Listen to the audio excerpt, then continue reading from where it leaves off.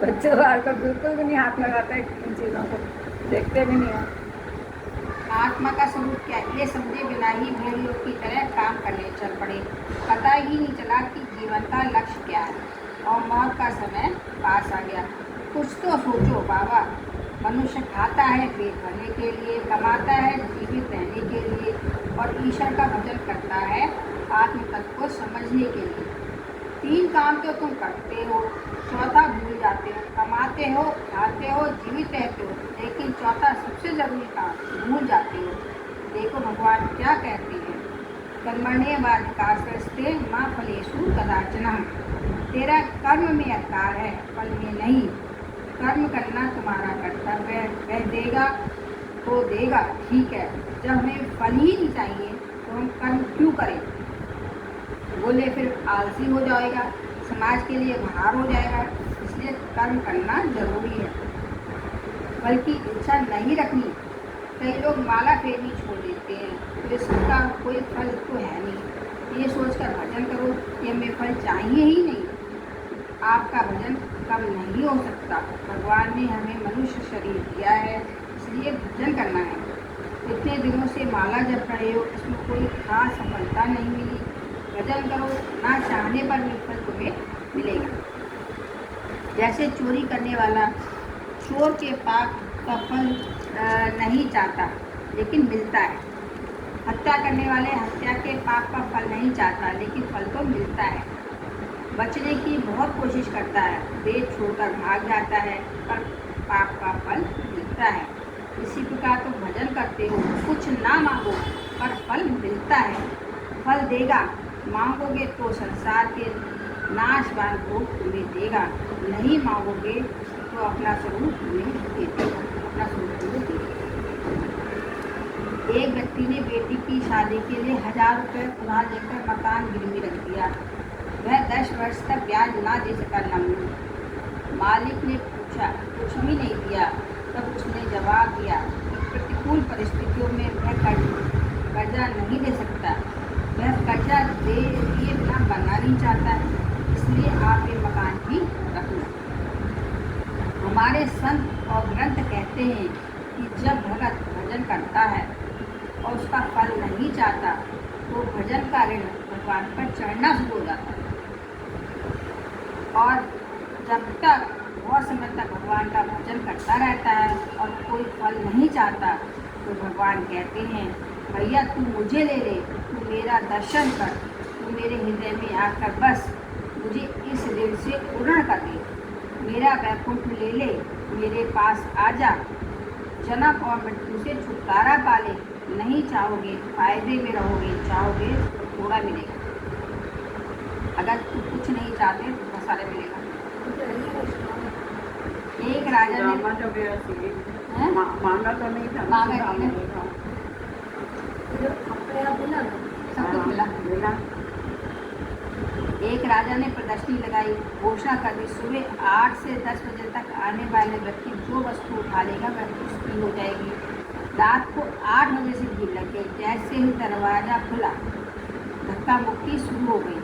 कोई सोने का हार, कोई हीरे के जवाहरात, जो कोई चुन पाया उठाता रहा। एक लड़की सब देख रही थी। किसी ने कहा तुम कुछ नहीं उठा रही। उसने पूछा, ये नुमाइश किसने लगाई है, क्या तुम उसके पास मुझे भेज सकते हो? उसे राजा के पास ले जाया गया। लड़की ने पूछा, ये नुमाइश आपने लगाई है? उसने कहा हाँ। लड़की ने पूछा, आपकी प्रतिज्ञा क्या है? राजा ने कहा, इस बाउंड्री के बीच जो चीज़ पड़ी है उसको जो हाथ लगाएगा वह उसकी। लड़की ने कहा, ये आपकी प्रतिज्ञा है, चलेगी तो नहीं? तो हाँ कहने पर बोली, मुझे आपकी ज़रूरत है। जो वस्तुएं उठाने में लगी उन्हें थोड़ी वस्तुएं मिली हैं, पर जिसने कुछ न उठाकर राजा को पा लिया उसने सारा राष्ट्र पा लिया। हम लोग संसार की थोड़ी थोड़ी वस्तुएं तोड़ रहे हैं और खुश हो रहे हैं, लेकिन समझदार व्यक्ति पदार्थ तोड़ने की जगह परमात्मा को अपना बना लेता है।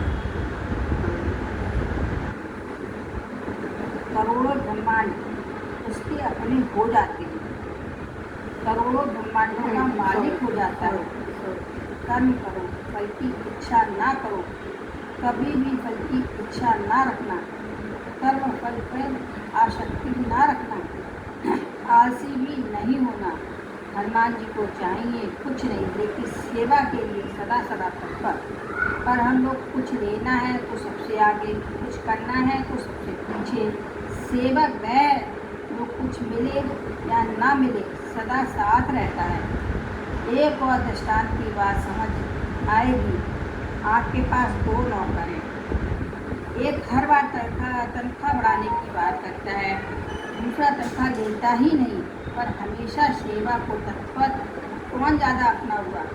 आप माला जपेंगे, 108 मंदिर की तो भगवान 108 चीज़ें मांग लेते हैं। हम भजन करते हैं, कर्म करते हैं, फल ज़्यादा चाहते हैं और उच्च कोटि के भक्त भजन ज़्यादा करते हैं, कर्म सदा करते हैं लेकिन फल की इच्छा नहीं करते। भगवान को कौन ज़्यादा प्यारा होगा? हम लोगों की इच्छा बनी ही रहती है। भगवान कहते हैं योग सिद्ध होकर स्थिर भाव से कर्म करो, रिद्धि असिद्धि के समान भाव रखो, बुद्धि की शरण में जाओ। बुद्धि स्थिर कैसे होती है इसका उत्तर भगवान अगले श्लोक में दे रहे हैं। जो बहुत से काम की चीज़ें महात्मा गांधी इन श्लोकों का नित्य पाठ करते थे और बड़े बड़े ऋषि नित्य पाठ करते थे इन श्लोकों का, और बड़े बड़े ऋषियों ने इन श्लोकों को अपने जीवन में उतारा है। आप सुन ले, उतार सके कृत को बात क्या है, ना उतार सके तो भी सुन लो। भगवान ने कहा है मोह एक कीचड़ है और बुद्धि उसमें एक घटनी है, निकालना चाहती है निकल नहीं पाती, झटपटाती है, चीखती है।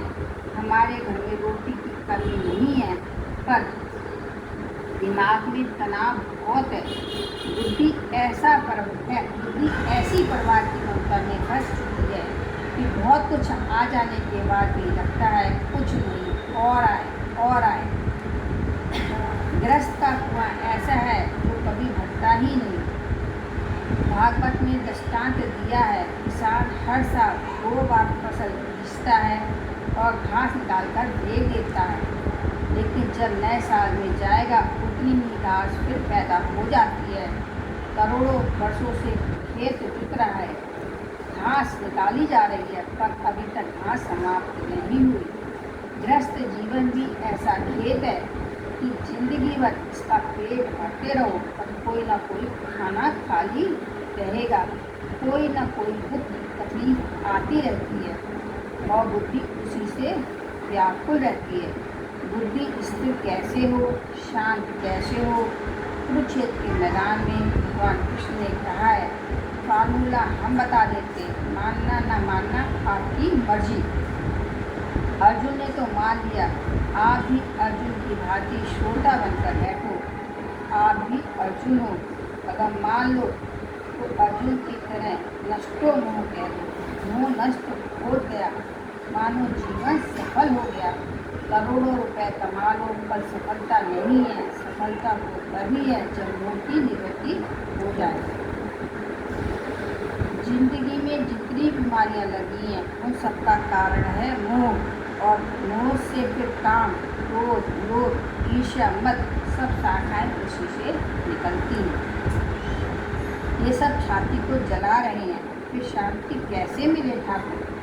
अर्जुन जो 3 लोक का लालच छोड़कर शांति मांग रहे हैं और हम लोग शांति को छोड़कर पैसा चाहते हैं। भगवान कृष्ण शांति का फार्मूला दे रहे हैं और हम बिल्कुल तैयार नहीं हैं। हम चाहते हैं हमें शांति मिल जाए। भगवान कृष्ण से अर्जुन ने पूछा स्थिर प्रज्ञ का क्या लक्ष्य है? वह कैसे बोलता है, कैसे बैठता है और कैसे चलता है? स्थिर प्रज्ञ का अर्थ है शांति, जिसकी बुद्धि, जिसका मन केंद्रित हो। मन और बुद्धि कैसे स्थिर हो? जब तक मन और बुद्धि स्थिर ना हो, केंद्रित ना हो, तब तक सब कुछ पार लेने के बाद भी अभाव सा खटकता रहता। भगवान कहते हैं तो मोह रूपी कीचड़ से तेरी बुद्धि बाहर आ जाएगी। जो कुछ तुमने देखा है या सुना है सबसे बाहर आ जाएगी, और जब पदार्थों का आकर्षण खत्म होगा तब तेरी बुद्धि स्थिर हो जाएगी। बुद्धि की स्थिरता के लिए पदार्थों का संग्रह नहीं है, पदार्थों का त्याग है। पदार्थों का स्वरूप से त्याग ना हो, लेकिन मन से त्याग होना चाहिए। पदार्थों के रहने की कोई समस्या नहीं, लेकिन पदार्थ मन में नहीं रहने चाहिए। पदार्थ बाहर है, मन अंदर है।